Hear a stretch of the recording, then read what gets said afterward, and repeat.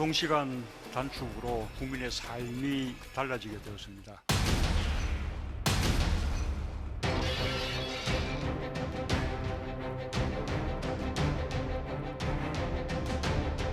알면서도 준비할 수 있는 방안은 없습니다, 지금. 직원이 행복하면 업무 효율이 높아진다는 확신이 있었습니다. 그 납기를 이어가려면은 저희는 토요일날, 일요일날도 막 바쁘게 해야 되고, 출근도 해야 되고, 야근도 해야 되고. 업무의 효율은 시간 대비 결과물이기 때문에 오히려 효율은 올라갔다고 볼 수 있습니다.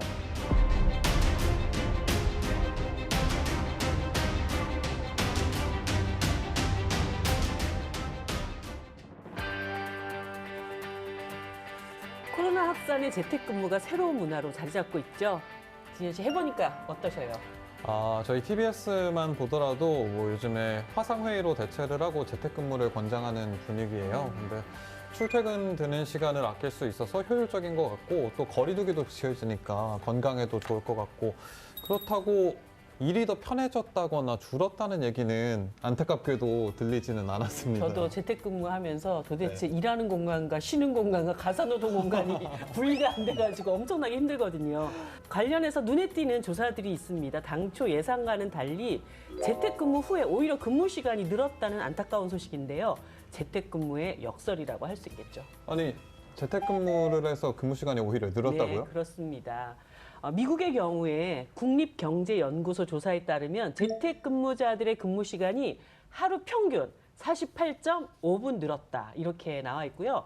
영국의 이코노미스트지에 의하면 세계 65개국에서 평균 30분가량 근무 시간이 늘었다고 합니다. 이 중 세계에서 가장 일을 많이 하는 나라로 알려진 한국과 일본에서도 각각 7분, 16분 이렇게 증가했다고 발표를 했어요. 그러니까요. 코로나 대유행 이전만 해도 저녁이 있는 삶, 또 워라밸이 보장되는 삶 이런 것들이 화두였는데 더욱 먼 얘기가 되는 건 아닐까 좀 안타까운 생각이 듭니다. 네, 그래서 점검해 보려고 합니다. 50인 이상 299인 이하의 기업을 대상으로 한 주 52시간 근무제. 지난 연말을 기점으로 이제 계도 기간이 끝났거든요. 맞습니다. 예, 팬데믹의 경랑 속에서 과연 무사히 이것이 안착될 수 있을지 중소기업에서도 저녁이 있는 삶이 가능할지 알아보도록 하겠습니다. 네, 오늘 그래서 민생연구소에 도움 말씀 주실 아주대 법학전문대학원 이승길 교수님, 장진나 노무사님 모셨습니다. 그리고 생활경제연구소 구본기 소장도 함께 하십니다. 일단 우리가 하나씩 짚어봐야 될 것 같은데요. 주 52시간 근무제가 어떤 과정을 통해서 시행되는 제도인지 우리 교수님께서 먼저 알려주시겠어요? 종전에는 주 68시간까지 근무를 할 수 있었는데 이번에 이제 2018년도에 법을 개정하면서 주 52시간까지 근무하게 돼 있는 그런 제도가 되겠습니다. 사실 그때 그 법 만들 때 제가 환경노동위원회에 있었거든요. 그 행정명령에 의해서 주당 노동시간을 최대 68시간까지 할 수 있다라는 거를 토요일, 일요일도 일하는 날이냐 말도 안 된다. 그래서 52시간 최대 근무 시간 제도로 바꿨던 그 기억이 나는데요. 예, 이 법이 시행된 거는 2018년도 7월 달부터입니다. 네. 300인 이상 사업장에서 2018년도 7월 달부터 적용이 되기 시작했고요. 그리고 2020년도 1월 1일부터 50인 이상 사업장, 300인 미만 사업장에 확대 적용이 되었습니다. 근데 현장에 조금 이렇게 안착이라든지 여러 가지 사정들을 좀 고려해서 계도 기간을 2020년도 12월 31일까지 두었다가 이제 계도 기간이 종료가 되었고요. 5인 이상 50인 미만 사업장에 대해서는 2021년도 7월부터 시행이 예정이 되어 있습니다. 기업의 규모별로 이제 시행되는 시간을 달리 둬서 이제 시행이 되는 거군요. 근데 예전만 해도 근무자들의 잦은 야근 또 과로도 있었고 저도 뉴스에서 근로자께서 이제 과로해서 과로사했다는 뉴스를 많이 접하곤 했었습니다. 이런 개선이 필요하다는 사회적 공감이 굉장히 많지 않았습니까? 네, 맞습니다. 요즘 워라밸, 일이랑 생활의 균형을 맞추자 뭐 이런 취지로 시작됐던 거고요. 그 지난해 OECD가 발간한 한국경제 보고서만 봐도 한국이 가입국 중에 두 번째로 일하는 시간이 길다 이렇게 확인될 수 있고요. 사실은 여기서 더 나아가서요.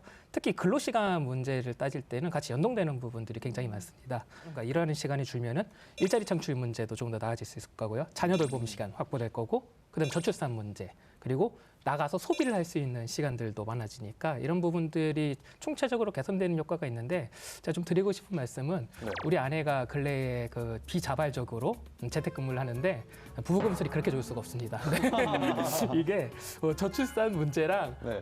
상당히 연관이 있겠다 이런 생각을 지금 하고 있어요. 근데. 자발적으로 지금 말씀하신 거죠? 여보 사랑해. 네, 그럼에도 불구하고 제도는 간다 해도 고용자와 또 노동자 간의 이견이 또 상당히 있고 현장 안에서 여러 가지 다양한 우려의 목소리도 나오고 있거든요. 그 한마디로 곡소리가 나고 있습니다. 예, 노사 모두에게 이게 이제 아우 힘들다, 너무 힘들다, 못 살겠다라는 얘기가 나오고 있고요.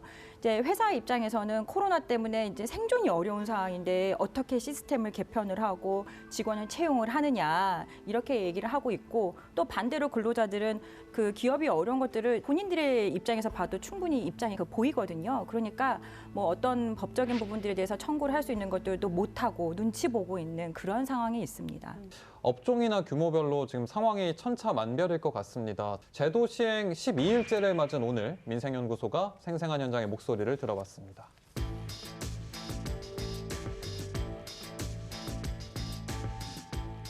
너무 제한적이라고 생각해요. 일하고 싶은 만큼 하게 냅둬야 되는 것 같아요. 요새 일거리도 없는데 뭐 같이 나눠서 하면 좋지 않을까? 저는 더 줄었으면 좋겠어요. 사실. 예, 그래야지 더 가족들끼리 보내는 시간도 많아지고 실질적으로 취미 생활을 가질 시간이 없어요. 보면은. 빡세지 몇 시간을 시키는가. 아니 그때는 없어서 먹고 살기 힘들어서 진짜로 노동을 해야 될 옛날이었고 지금은 또 그렇지 않잖아. 여러 가지 방법으로.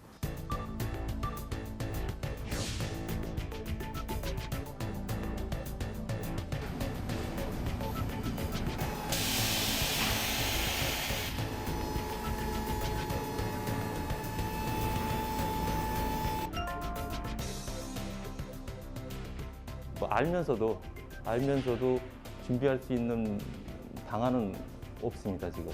1년의 계도 기간을 준 거죠? 네, 맞습니다. 네. 가장 중요한 게 납기도 빼놓을 수가 없거든요. 그 납기를 이어가려면은 현실적으로 뭐 토요일 날, 일요일 날도 막 바쁘면 해야 되고 특근도 해야 되고 야근도 해야 되고 뭐 여러 가지 그 인력을 동원을 해서 그 납기를 맞춰서 저희가 지금 그나마 이제 운영을 하고 있습니다. 근데 그게 이제 강제적인 규정을 두면은 규정을 둔다고 해서 우리 원청에서 그거를 이해를 해줄까요? 우리 중소기업을 불법을 자행을 해서 이걸 마치든지 아니면 자진 반납을 해서 어떤 영업권을 포기를 하고 유지를 해야 되는지 이러지도 못하고 저러지도 못하고 그런 이제 중간에 난처한 입장이 있습니다.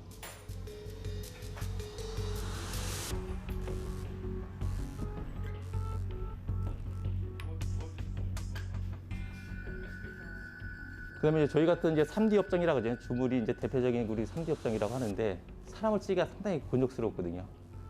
10명 이상, 20명의 인원을 지금 갑자기 한 번에 충원을 한다는 거는 대기업 아닌 이상, 대기업이나 중견기업 아닌 이상은 중소기업에서는 뭐 들어올 사람들이 줄 서고 딱 서 있는 것도 아니고.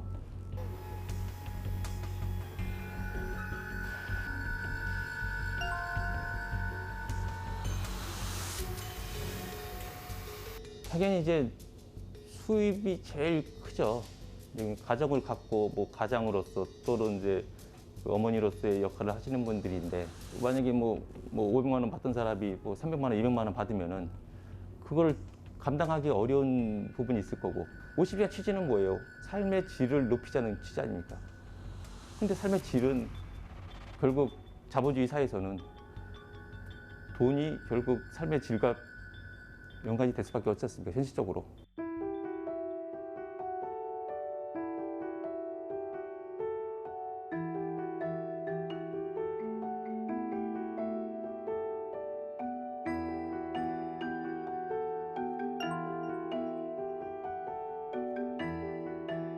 TV에서 자주 보는 국회의원분들, 또 뭐 장관, 뭐 총장, 그분 삶의 질을 좀 높여드리기 위해서 근무 시간을 확 줄이고 급여 확 줄이고 다른 분들 확 더 충원 많이 해가지고 뭐 그분부터 솔선수범해서 이 제도를 한번 시행을 해봤으면 좋겠습니다.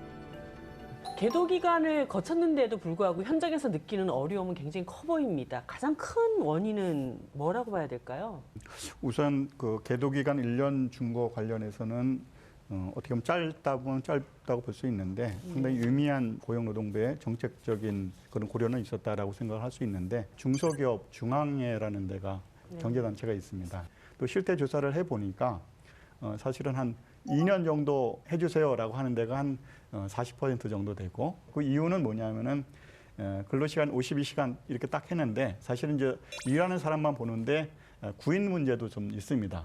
사실은 이제 저희들이 작년 2020년도에 코로나 사태라는 경영환경의 급격한 변화에 따라서 일감이 없어서 사실은 이제 이 52시간 제도에 대한 이런 부분들을 좀 그게 뭐지라고 일이 없으니까 하는 이런 것들이 코로나라는 좀 특수한 상황이 결부가 됐죠. 근데 좀 전에 그 사장님이 말씀하신 것처럼 제도를 안다고 해도 이거를 내가 어떻게 적용을 할 수 있는 여력이 없다. 이런 얘기들을 전 많이 들었고요. 제가 아는 그 건설회사 사장님께서는 300인 이상 사업장이기 때문에 인력도 채용을 더 해놓고 52시간에 대한 준비를 다 해놨다. 그런데 갑자기 장마가 와서 공정을 이어갈 수가 없었다. 그래서 가을에나 밀린 공정을 하게 됐는데 그냥 그 52시간을 위반을 하면서 그냥 내가 전과자가 될 것을 그냥 생각하고 내가 그냥 공사를 할 수밖에 없었다. 이렇게 얘기를 하시더라고요. 그러니까 이게 준비를 한다고 하더라도 굉장히 또 다른 변수들이 생길 수가 있는 거거든요. 그러니까 그만큼 좀 제도적인 탄력성이 좀 필요한 게 아닌가라는 생각을 좀 들게 했습니다. 말씀을 들어보니까 여러 보완점이 좀 필요하다는 생각이 드는데 이쯤에서 정부의 입장은 어떤지가 좀 궁금해지거든요, 소장님. 정부는 이미 계도 기간을 통해서 충분하게 준비가 되어 있다. 업장들이 어느 정도 여력이 된다라고 지금 얘기를 하고 있는 입장이에요. 보도 자료를 이번에 배포하기도 했는데요. 이때 표본 조사를 통해서 16.7%가 준수 불가합니다라고 말을 했었어요. 근데 작년 2020년 9월에 이게 수치가 조금 개선됐다 이거예요. 8.9%가 준수 불가 전망이라고 대답을 했으니까 이 정도면은 우리가 해도 되지 않겠느냐라고 지금 입장을 밝혀놓은 상태예요. 모든 제도는 처음엔 굉장히 부담스럽게 다가오지만 또 실행이 되다 보면 거기에 적응해가는 과정이 생기거든요. 정부 입장과 또 현장의 입장이 굉장히 목소리가 온도차가 큰데 이 부분에 대한 원인은 뭐라고 생각하세요, 노무사님? 현장의 입장을 조금 대변할 수 있는 통계가 조금 있습니다. 대답을 한 기업들의 40%가 52시간제에 대해서 준비가 되어 있지 않다라고 대답을 했단 말이죠.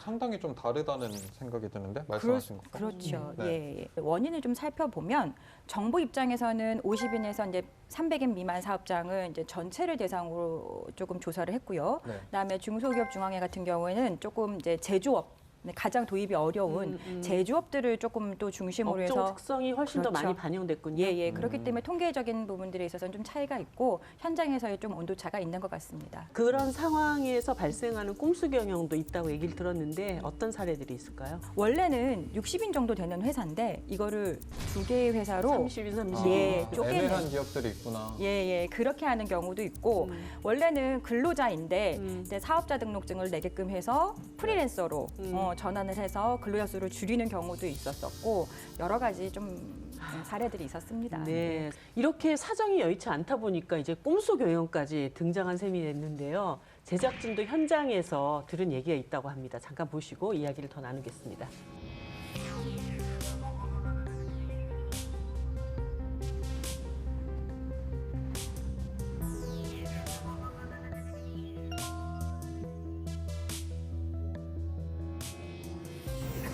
저는 이제 처음 들어왔을 때 살아남아야겠다라는 생각으로 집에 안 가고 막 그랬는데 야근 10대 정도?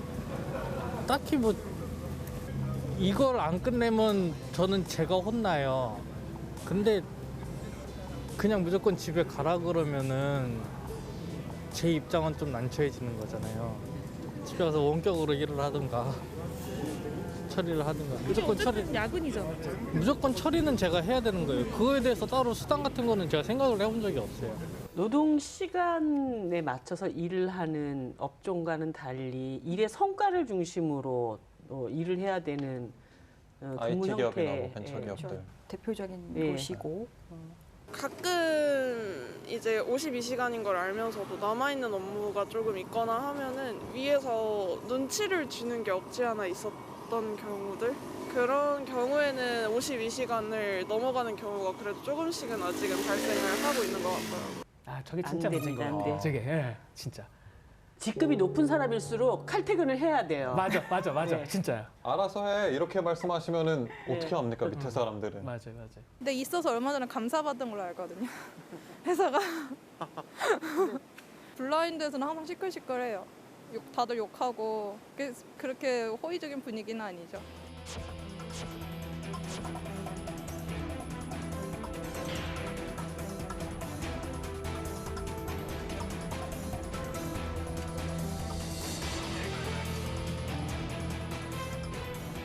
현재 게임업계에서 14년 동안 게임 그래픽 디자이너로 활동하고 있는 사람입니다. 계약서 상에서는 해당 그 시간 내에 추가하게 되면 추가 수업으로 되어 있긴 한데 보통 한두 시간 정도는 암묵의 룰로 거의 그냥 일당으로 쳐지지는 않고 그냥 넘어가는 걸로 현재 알고 있습니다. 일단 큰 기업 같은 경우에는 그 부분에 대해서는 챙겨주셨어요. 근데 그거는 큰 회사뿐이었고 사실상 뭐 중소기업이라든가 스타트업 회사에서는 거의 기대하기 굉장히 힘들죠.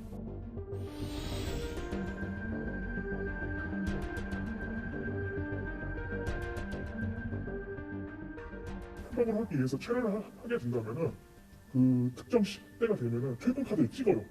그리고 찍고 나서 또 특정 시간이 지나서 그때 다시 출근 카드를 찍고 그 남은 공백 시간 있죠. 그 공백 시간이라는 부분을 보니까 난 일을 하고 있는데 그걸 날려버리는 거예요. 흔히 말하는 편법의 시간.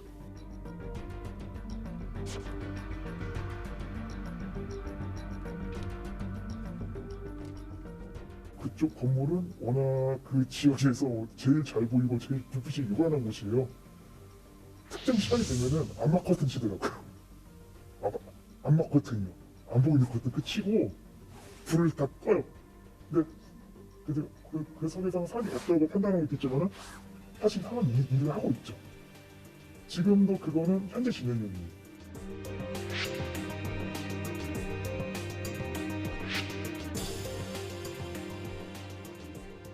건강학과로 나가시고 심한 경우에는 건강학과로 다른 곳에 쉬다가 더 갑자기 돌연사하시고 더 심한 경우에는 극단적인 선택을 하시는 분들 종종 많았어요. 그런 사람들도 이제 점차적으로 없어지고 말 그대로 현재 지금 대한민국이라는 나라 자체가 현재 지금 선진국 반열에서 수익이 올라와 있잖아요.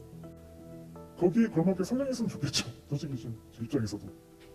네, 안타까운 현실이었습니다. 이 업종별로 들여다보면 꼼수가 발생하는 이유가 있을 텐데요. 52시간제 적용되는 게 50인 이상 299인 이렇게 분포가 되어 있는데 사실 그 사업체 분류를 이렇게 보게 되면 50인에서 100인 사이의 사업체 수가 상대적으로 많습니다. 50인에서 100인, 또 100인에서 200인, 또 200인용에서 300인 사이 이런 부분들이 좀 어떻게 됐는지 구체적인 사항을 봐서 정책적으로 좀 지원을 해야 되지 않을까라는 그런 생각이 듭니다. 아, 그렇게 50인에서 299인 뭉뚱그리지 말고 조금 더 세부적으로 기준을 마련해야 한다. 이 근로시간을 52시간을 준수하도록 했는데 지키지 못하면은 2년 이하의 징역, 2천만 원 이하의 벌금에 처하도록 이렇게 돼 있습니다. 그러니까 경영하시다가 그렇게 처벌을 받는다는 것은 누구도 원치 않는 그런 상황이다 보니까 중소기업 하시는 분들이 계도 기간을 1년 늘렸는데 앞으로 더 1년을 더 달라 또는 경우에 따라서는 한 2년 정도 더 달라라고 하시는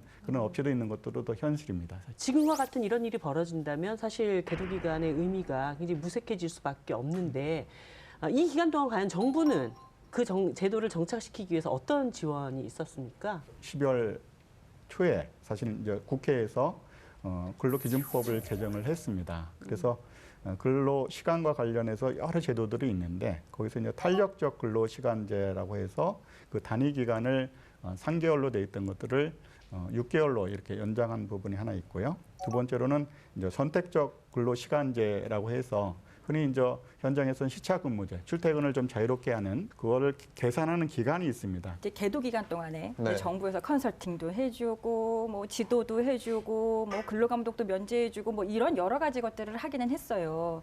근데 이런 준비돼 있던 방안이 또 아쉽게도 코로나라는 상황 때문에 제대로 적용이 되지 못했습니다. 뭐 예컨대 노무사들이 가가지고 네. 이제 업종에 가가지고 컨설팅을 해주는 이러한 지원 제도가 있었단 말이죠. 회사에서는 이제 노무사가 오는 거에 대해서 코로나 때문에 오지 말아라. 대면 접촉이니까. 그렇죠. 외부인 출입하면 안 된다. 이렇게 돼가지고 결국은 또 그런 부분들이 굉장히 준비되어 있던 것들이 제대로 실행이 되지 못한 그런 한계가 있었습니다. 서울이나 조금 도심에 있는 회사들은 괜찮아요. 그래도 조금 많이 인지를 하고 있고 사장님들이 많이 노력을 하시는 부분들이 있는데 아직은 조금 저기 지방에 있는 곳이라든지 또 뭐 소규모 사업장이라든지 이런 경우는 또 온도 차이가 또 있더란 말이죠. 네, 이렇게 제도가 도입되면서 빚어지는 첨예한 갈등이 수면 위로 올라서 주목을 받았던 사건이 있었죠. 바로 버스 대란을 예고했던 2019년도 버스 총파업 협상인데요. 이 협상 과정에서 기업과 노동자 그리고 국가 지방자치단체에게 여러 가지 숙제를 남겼습니다. 그런데 당시에 그 이슈에서 가장 주목을 끌었던 게 바로 국토부와 경기도의 입장 차이였는데요. 시민들은 뉴스를 보면서 기싸움처럼 보셨을 것 같기도 하거든요. 기억하시는 시민들 많을 거예요. 왜냐하면 대중교통 관련된 파업은 우리 시민들 출퇴근이랑 바로 연관되기 때문에 이거 멈추는 거야? 이러면서 걱정하면서 많이 바라봤거든요. 이게 당시 어땠냐면요. 노선버스 같은 경우는 2019년 7월 1일에 주 52시간제가 시행이 되는 거였어요. 근데 우리는 못하겠다. 이거 준비 안 돼 있다. 이게 5월 15일에 총파업하겠다. 이렇게 말을 했는데요. 그 바로 하루 전이에요. 5월 14일에 중앙정부랑 경기도 등이 다 모여가지고서 긴급하게 협의를 했어요. 이거 안 되겠다. 이거 시민들 발목 잡을 수 없으니까 협상을 하자. 우리 뭔가 대책을 마련하자라고 모여서 회의를 했는데 어차피 나올 경우에서는 두 가지밖에 없어요. 첫 번째, 감차를 하던가. 그러니까 운행을 줄이던가. 네. 둘째, 아니면 요금을 인상하던가. 근데 결론은 어떻게 됐냐면요. 결국은 요금을 200원 아까 말씀하신 것처럼 인상하기로 했어요. 그 당시 기억하시는 장면들이 있을 거예요. 그때 경기도 이재명 지사가 그 시민들 앞에서 고개 숙이면서 사과했어요. 죄송합니다. 부담을 지우게 됐습니다. 왜냐하면 시민들 입장에서는 어쨌거나 200원을 더 내게 되는 문제이기 때문에 이게 피부에 와닿는 문제거든요.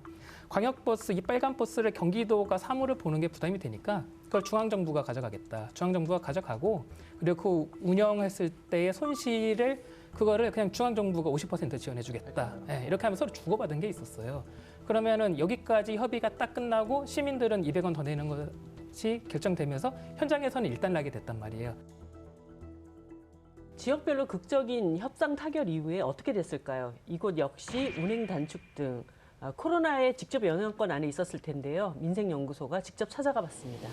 버스 두 대가 충돌하는 사고가 났습니다. 시내버스가 앞에 있는 차 9대를 연달아 들이받고 긴 도로 돌진했습니다. 급기야 정지 신호에도 속도를 줄이지 않고는 그대로 건널목으로 돌진합니다. 어떻게?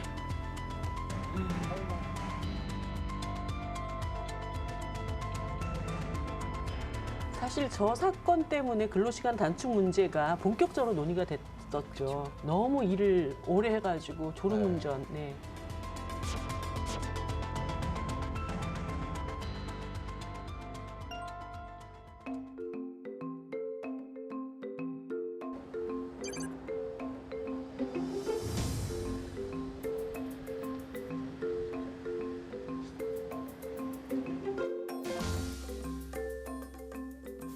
예전에는 밥도 못 먹고 다녔어요.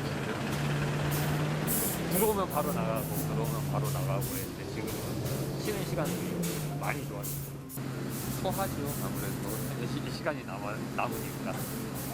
아니 전에는 이게 뭐 50대 은퇴하고 많이 왔는데 요새는 막 20대도 그래요. 그 취업하기 어려서 그런가. 맞아요. 요즘에 젊은 기사님들도 굉장히 많으시더라고요. 네, 그렇죠.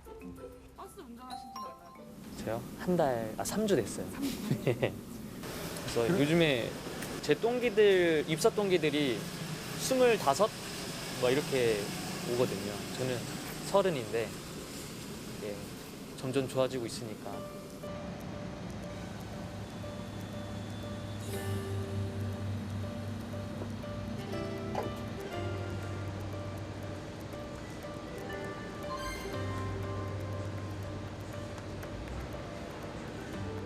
당연히 저런 거에 대한 전문가는 또 아니시거든요. 네. 그러니까 사고의 위험은 더 높아지는 거고 운행 외에 저런 업무까지 해야 되는 거니까 또 일부에서는 또 청소까지도 해야 되는 거니까 근무 강도가 높기도 하고 길기도 하고 이렇게 되는 거죠. 또 코로나 때문에 방역 활동도 또 본인이 직접 하시는 경우도 네. 있고요. 근데 아직까지 저희는 그걸 모르겠어요. 어떻게 시행하는 건지 회사에서 지시가 어떻게 하는 건지 봐야죠. 지금 이제 코로나 때문에 저희가 운행도 차 대수도 줄이고 기사들 횟수도 만근이 안 돼요. 코로나 때문에. 그래서 회사도 어려우니까 뭐 급여도 뭐 반 주고 반은 한 며칠 때 주고 어려우니까 그러더라고요.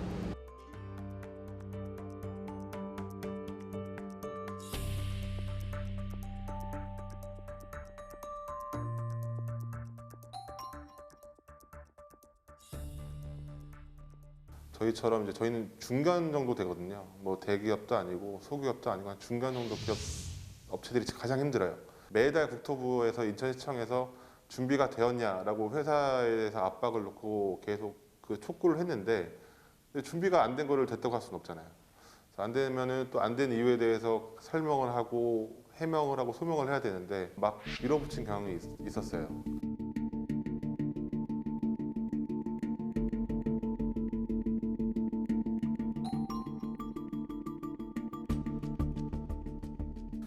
현실은 사실 저희처럼 수익금이 안 나는 약한 업체들은 불가능해요. 버스 운전을 하고 싶어 하시는 분은 정해져 있어요. 근데 저희 회사가 아니라 대기업도 마찬가지거든요. 그러니까 다 인력들이 다 그쪽으로 가는 거죠.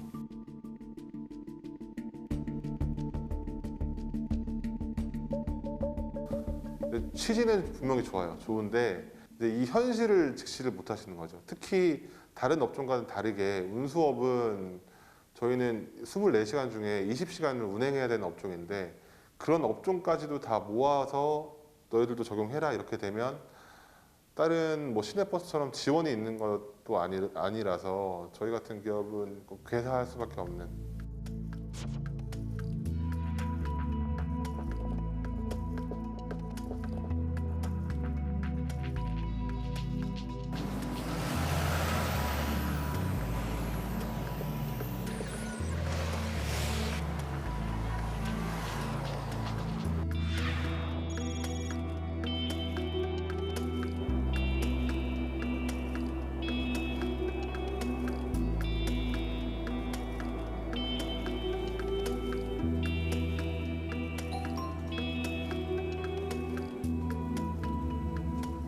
세 시간 반 정도는요 계속 차에 앉아 있어야 됩니다. 들어와서 한 30분, 또 40분 정도 쉬었다가 또 식사 밥 먹고 그리고 또 운행하고요. 중간에 내리고 싶으실 때도 있으실 것 같은데. 근데 저희들은 또 주어진 시간에 또 움직여야 되고 또 기다리는 손님들 계시고 그러니까. 이 경우는 굉장히 긴 노선이죠. 3시간 반을 운행을 해야 되니까 한 번에. 화장실 어떻게 갑작스럽게 힘들어지는 네. 경우도 생길 수 있고. 굉장히 고강도다 저건. 네, 3, 40분 내에 뭐 식사도 해결해야 하고 생리 현상도 해결해야 하고. 제가 지금 잠깐 타봤지만 스기사님들은 참 고독한 직업인 것 같아. 어떠세요? 와, 그렇죠. 나 혼자 옛날에는 같이 이렇게 또 대화도 나누고 그랬는데 요즘은 이제 코로나 때문에 또 그것도 안 되고 혼자 많이 그냥 마음속으로 꾹꾹꾹꾹 누르고 살죠. 네, 안녕하세요. 안녕하십시오. 안녕하세요.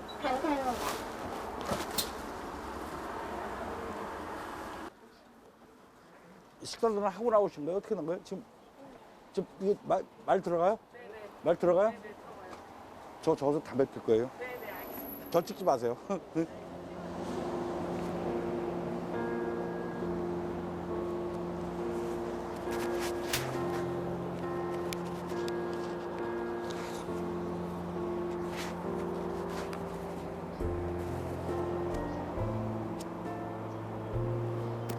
이 27분에 도착해서 34분에 출발해야 돼요.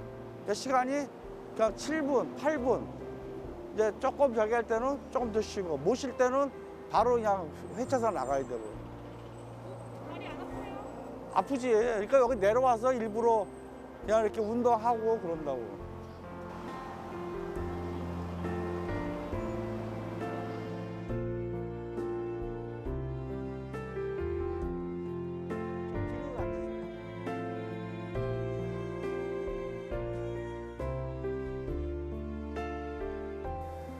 이 지금 대중교통, 버스, 뭐 또 택시 하시는 분들 고생도 많이 하지만 너무 급여가 작으니까 진짜 이 급여 받고 젊은 친구들은 와서 기술을 배워서 하려고 그러는데 생활이 안 되니까 정착이 안 되는 거예요. 어떤 대가가 급여로 좀 맞춰줘야 되는데 이게 너무 뒤떨어지다 보니까 그게 제일 말하는 거고.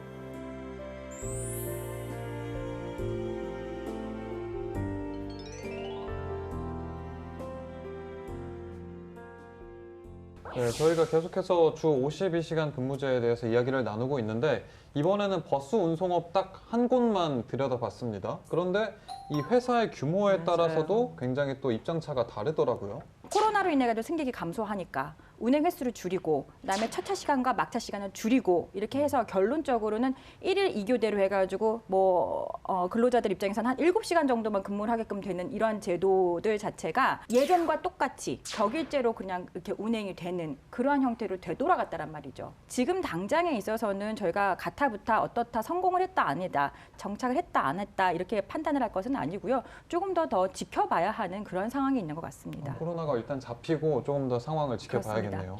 주 52시간 근무제가 안착하는 곳들도 분명히 있지만 또 한편에서는 현장에서 어려움을 호소하는 부분들도 분명히 있어 보입니다. 네. 그럼에도 불구하고 애초에 이 제도를 실현하고자 했던 그런 이유가 있었잖아요. 저는 이거를 비정상의 정상화였다라고 첫 번째 생각을 하고 있고요. 처음 시작할 때가. 두 번째는 인간적으로 우리가 일을 너무 오래 한다라는 생각을 솔직하게 하고 있어요. 이게 근로기준법 적용이 안 되는 이번에 택배 노동자들만 보더라도 벌써 올해 코로나19로 물량 폭증하면서 벌써 십수 명이 지금 벌써 과로사하셨잖아요. 저는 이거는 전 근대적인 지금 행태라고 보고요. 제가 그래서 어느 날 이렇게 주스를 갈다가 믹서기를 봤는데 우리 집 믹서기에도 써 있어요. 이렇게 1분 이상 연속하여 작동하지 마세요. 근데 아니 믹서기는 고장나면 다시 사면 되는데 사람은 고장나면 다시 살 수 있는 게 아니거든요. 그래서 저는 이거는 당위성을 모두가 공감하고 있는 부분이다라고 생각을 해요. 소장님의 그 비유가 굉장히 좀 우투게 다가온 계속 갈리고 있어, 계속. 그러면 해외에서는 지금 어떤 제도가 시행 중인가, 근무 제도와 관련해서 어떻게 진행되고 있는지가 좀 궁금한데요, 교수님? 프랑스 같은 경우는 오브리제법이라고 그래갖고 일주 35시간 이렇게 돼 있는데 사실은 이제 그 시간만 딱 하냐라는 부분들은 또 연장에 대한 부분들은 또 국가마다 좀 달리 돼 있습니다. 독일 같은 경우는 이제 주 40시간으로 제가 말은 드렸는데 법상에서는 일일 8시간이라고 했고 하루에 대한 규제만 돼 있습니다. 엄격하게 근로시간 한다면 86, 48, 48시간이 되도록 이렇게 돼 있습니다. 네, 대한민국도 주 52시간 근무제가 도입이 되면서 이제 다른 나라와 비교했을 때도 좀 이제 적정한 근로시간이 보장이 됐다 이렇게 생각이 좀 드는데요. 부디 주 52시간 근로제가 무사히 연착륙될 수 있기를 바랍니다.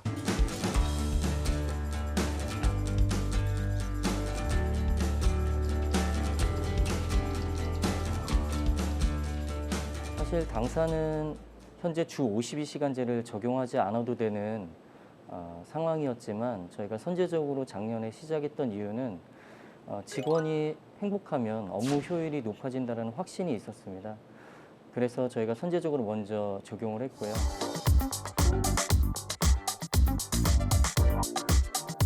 근데 회사 인테리어를 보니까 직원 행복을 상당히 신경 쓰는 회사가 맞는 것 같아요.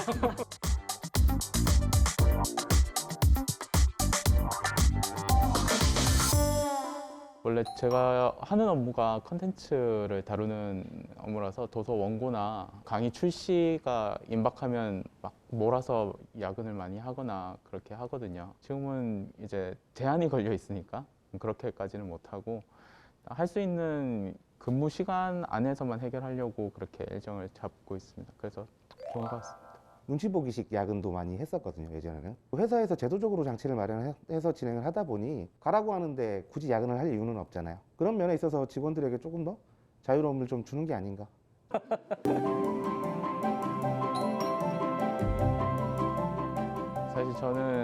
사실 저는 저 와이프가 이걸 보면 안 되는데 사실 일하는 게 더 편하죠, 사실 책상에 앉아서. 근데 사실 좀 마음의 부채 같은 게 있어. 이게 앉아 있으면, 그러니까 맞아. 앉아 있으면 미안한 감정이 매우 많이 들고.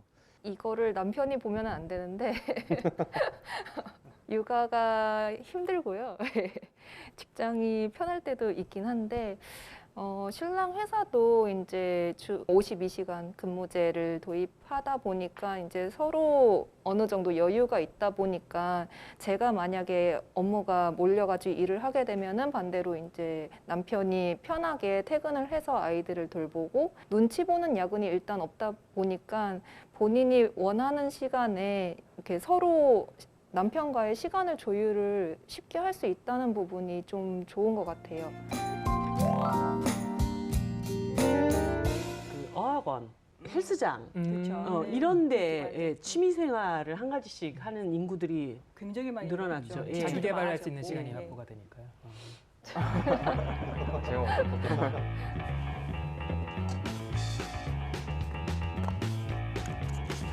이제 센터장님한테 여쭤보겠습니다. 월요병 있어? 혹시 갑자기? 아, 있는 것 같아. 다 있죠. 약도 없는 병이 월요병이지 않습니까? 있는 것 같습니다. 월요병 없는 사람은 없을 것 같아요. 그나마 다행인 게 저희 회사 같은 경우는 이제 월요병을 좀 예방하는 차원에서 월요일만 출근 시간이 1시간 늦어요. 저희가 10시까지 출근해서 대신에 7시까지 근무를 하긴 하지만 혹시 예전에 비한다면? 직급이나 직책이 올라왔으니 조금 덜하긴 합니다. 눈치 봐야 할 사람 숫자가 줄었으니까. 회식 후 부로 나는 좋아해. 기존에 진행해오던 그런 회식 같은 술자리 이런 형식보다는 이제 같이 볼링 치거나 맛있는 거 먹거나 아니면 영화 보러 가던가. 예전에는 그랬던 것 같아요. 회식이 그 근무의 연장이라는 느낌? 예, 참석 안 하면 좀 찍히는 것 같고 가기 싫은데 억지로 가야 되고 막 이런 것들이 없지 않아 있었어요. 신입사원들이나 풋풋한 직원들은 다른 걸 하고 싶어. 볼링 치고 싶고 예, 다른 거 하고 싶어 하더라고요. 근데 회식은 삼겹살에 소주지 웬 볼링이야? 라는 얘기가 저도 꼰대더라고요. 좀 모르게 나오는 게 이제 연령대에 따라서 이제 좀 다른 부분은 있는 것 같은데 회식은 술 먹는 회식은 좋습니다.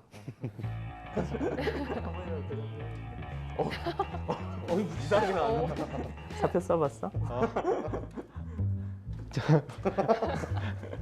제가 직장 생활을 한 지 얼마 안 됐는데 벌써 있을 리 없지. 사회생활 잘하네. 회사를 다니다 보면 위기들이 오는 것 같아요. 예. 아무리 어제 정말 좋았는데 하루아침에 다음날 내가 회사가 좀 안 좋다던가 아니면 관계도 마찬가지고 신입사원이니까 첫 직장 잘 오셨다고 생각하고 있고요. 슬기롭게 잘 이겨내서 10년, 20년 회사 다니시기 바랍니다. 알겠습니다. 5글자로 한마디 해주신다면? 잘 버텨봐라. 잘 버텨보겠습니다.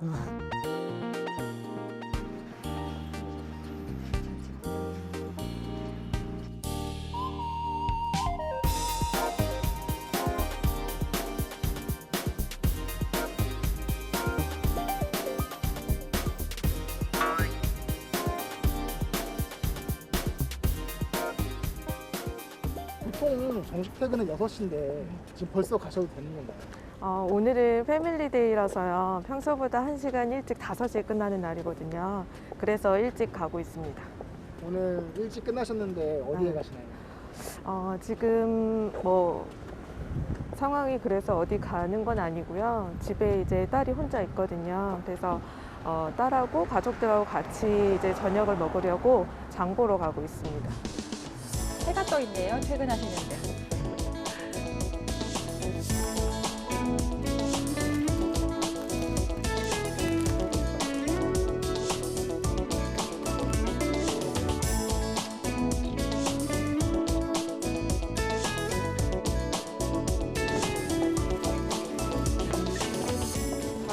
퇴근하겠습니다. 피디님도 얼른 퇴근하세요.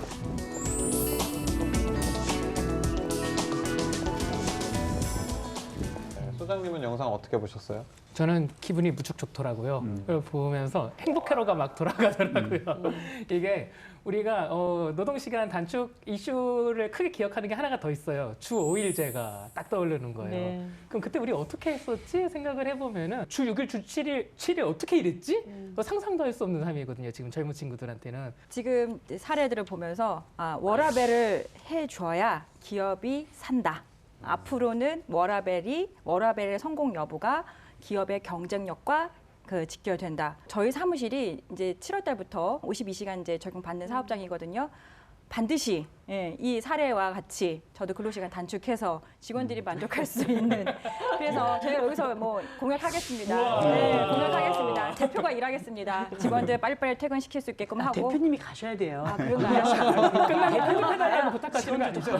네, 그런 거 없습니다. 제가 열심히 노력해가지고 좋은 회사 만들어 보도록 하겠습니다. 네. 저희 민생연구소에서 계속 지켜보겠습니다. 예, 알겠습니다. 자, 이렇게 서로 얘기가 나온 김에 제도의 안정적인 정착을 위해서 우리가 더 어떤 방법을 한번 모색해 볼 수 있을지 얘기를 해야 될 것 같아요. 이게 워크 앤드 라이프 밸런스라는 부분에서 일가정 양립 내지 조화라는 부분들인데 참 좋은 말인 것 같습니다, 사실은. 근데 이제 생활에서 유지를 하려고 그러면은 사실은 이제 수입이 보장이 돼야 됩니다. 그래서 우리가 제도적으로 좀 놓쳐야 하지 않는 것은 사회보장적인 체계 내에서 여러 가지 여성에 관련된 지원 제도들이 많이 지금 완비가 돼 있긴 돼 있습니다. 근데 이제 그런 것들이 실질적으로 더 보충이 될 수 있게 그런 것들은 좀 항상 챙겨야 될 부분들이 있고요. 우리가 고령화되는 추세에 맞추어서 이제 저출산 문제를 어떻게 해결할 것인가라는 것도 굉장히 중요한 문제입니다. 초대에 말씀드린 것처럼 우리 아내가 비자발적으로 재택근무를 하면서 아내와 있는 시간이 늘어나면서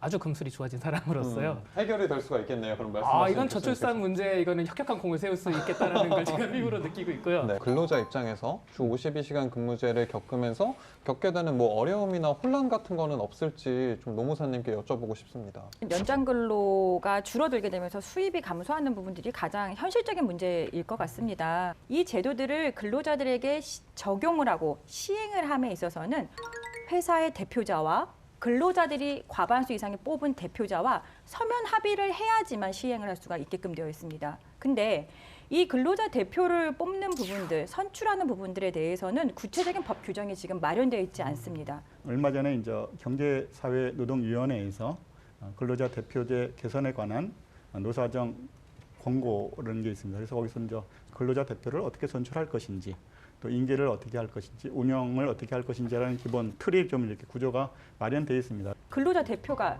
그냥 과반수를 대표하는 자라고만 되어 있지 어떻게 선출을 해라, 그다음에 이 사람들의 임기는 어떻다, 그다음에 이 사람들한테 회사에서 불이익을 주거나 이렇게 하면은 회사의 사용자가 뭐 처벌받을 수 있다, 이런 제도들이 다른 나라들에는 다 보완이 되어 마련이 되어 있는데 우리나라에는 그런 부분들에 대해서는 법률적으로 규정 자체가 거의 없는 상태예요. 민생을 연구하면서 시민분들께 도움을 드리고자 하는 저희 민생연구소가 가만히 있을 수 없겠죠. 현장에서 들리는 각양각색 궁금증에 대해서 이야기 쉽게 설명해드리는 코너를 준비했습니다. 대표님 안녕하십니까. 신입사원 김명수입니다. 김영수 사원. 네. 반갑습니다. 일단 우리 회사는 말이야. 첫 출근했다고 봐주고 그러지 않아요. 아주 그냥 빠릿빠릿하게 일을 시작해야 되니까 열심히 하겠습니다. 그런 멘트도 필요 없어. 바로 시작해 일. 오케이. 그렇지.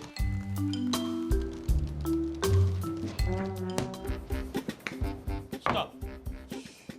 김영수 사원, 지금 어디 가는 건가? 이제 막 6시 1분을 막 넘겼는데 우리 회사는 야근이 필수인 회사야. 너 뭘로 갔어? 대표님 주 52시간 근무제는 지키셔야죠. 우리 회사는 말이야 50인 이하 사업장이기 때문에 그게 전혀 해당이 안 돼요. 아니 근데 듣고 있자니 자네가 뭔데 그렇게 얘기를 하는 건가? 어?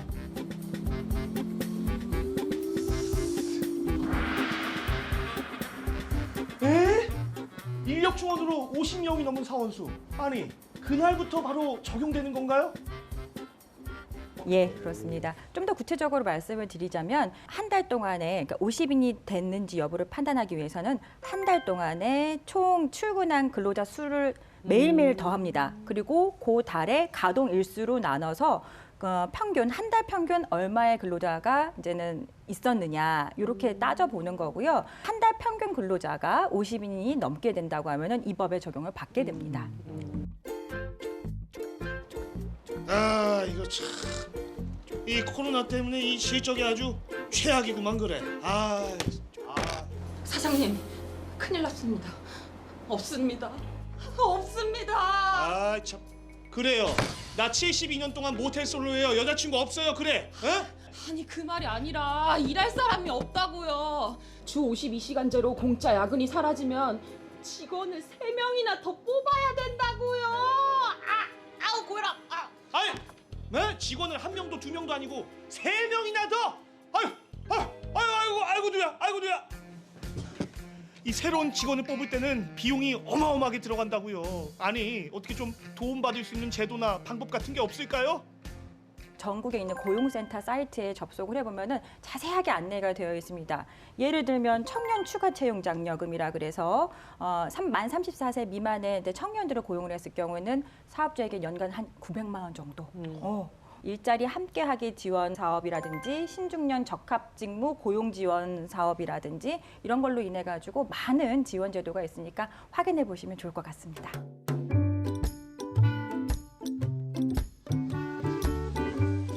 아니 평일 내내 일하고 뭐? 주말에 유럽 출장? 아니 이럴 거면 대기 시간이랑 비행 시간까지 근무 시간으로 쳐줘야 되는 거 아니에요? 그렇게 따지면 52시간이 근무제 넘어요. 저도 그래요. 잠깐. 해외 출장 갈 때 비행 시간에 대한 근무 시간은 어떻게 산정해야 되나요? 야, 이거 애매하다. 어렵다. 네. 대기 시간 길기도 하고요. 예, 비행 시간 길기도 하는데 정답은 모두 다 근로 시간에 해당이 됩니다.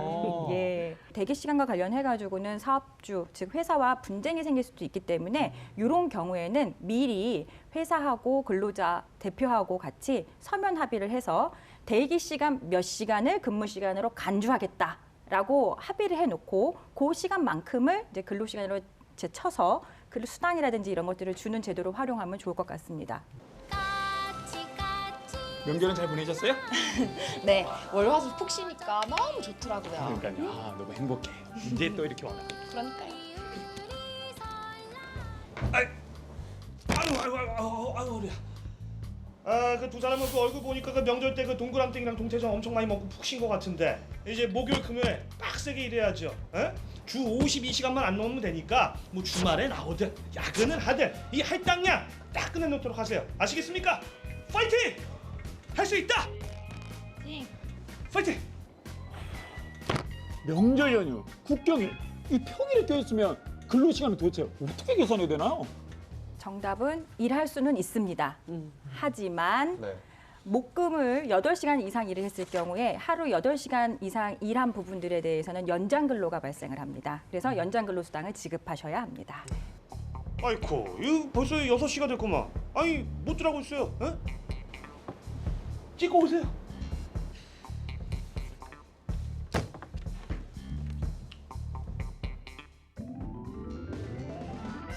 퇴근 시간이 기록됐습니다.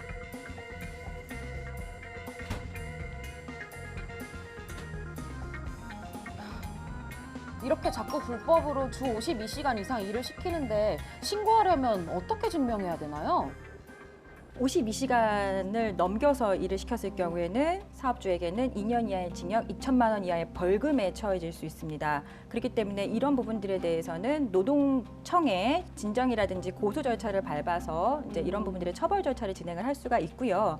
처벌 절차를 진행을 함에 있어서 이런 부분들에서 입증이 필요하거든요. 그렇기 때문에 뭐 출퇴근 카드라든지 또는 기록기 같은 것들을 활용을 해서 증빙을 조금 만들어 놓는 것이 바람직합니다.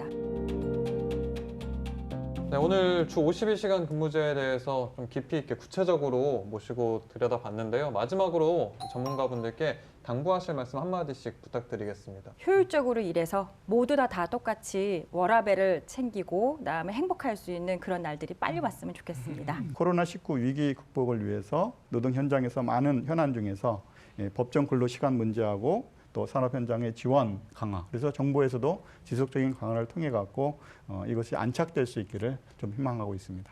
저는 워라밸을 너무너무 추구하고 하지만 한편으로는 학창 시절에 숙제를 제때 정말 안 해간 사람으로서 이렇게 계도기간을 주었는데도 결국 그 숙제를 끝내지 못한 우리 50일 이상 기업분들이 마음이 한쪽에 걸리는 게 사실이에요, 사실은.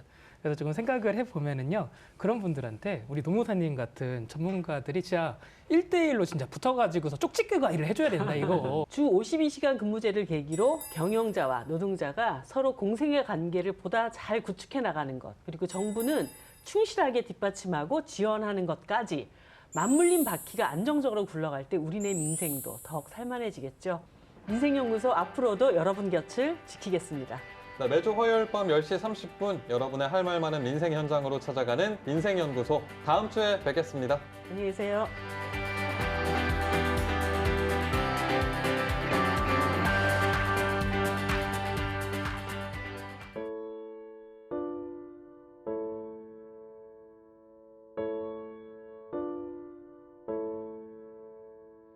세상 사람들 모두 정답을 알긴 할까? 힘든 일은 왜 한 번에 일어날까? 나에게 실망한 하루, 눈물이 보이기 싫어. 의미 없이 밤하늘만 바라봐. 작게 열어둔